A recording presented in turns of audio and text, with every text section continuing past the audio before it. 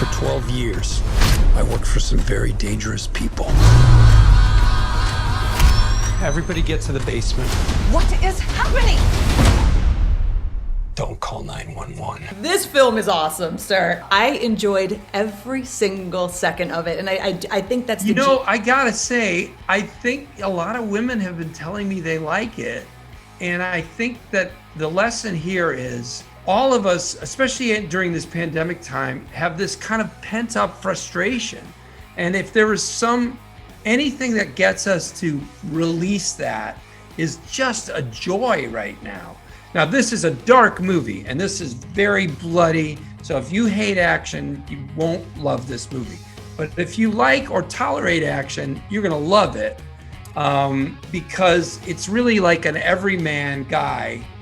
A guy that was the goal, was to look like a normal guy, a person you wouldn't think much of, but he explodes with rage.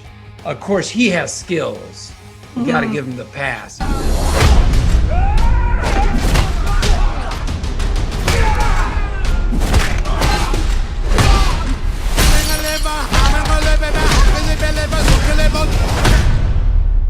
It's been a hell of a day.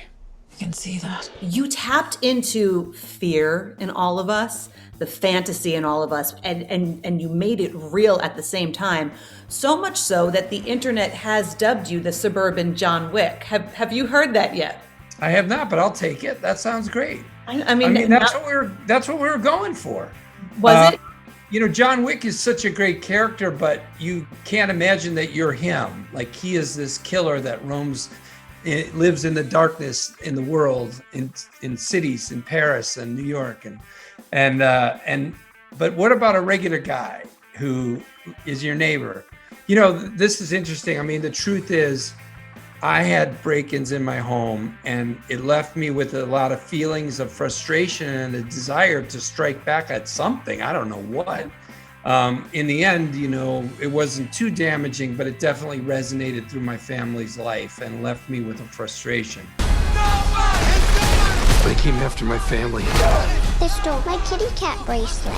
Give me the kitty cat bracelet! I have to ask you the question, like, is there a character from your past, one that you play or one that you wrote, that if you could resurrect for a day, or, you know, or for a show or for a movie, like, what would you love to see come back? Well, I wrote Chris Farley, the motivational speaker, and I would give anything to see Chris do a feature film with that guy. We're gonna be buddies, we're gonna be pals, we're gonna wrestle around.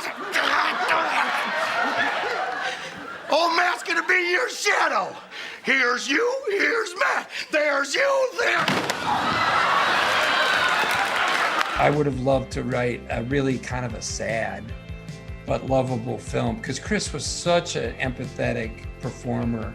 You just loved this guy, and of course always funny, but he had a side to him that was really lovable that I'm not sure he got to share completely as he could in feature films. And my daughter asked me what was the best time I ever had in show business, and I said I wrote that scene for him when we were at Second City together, and I said it was doing that scene every night in the live show at Second City.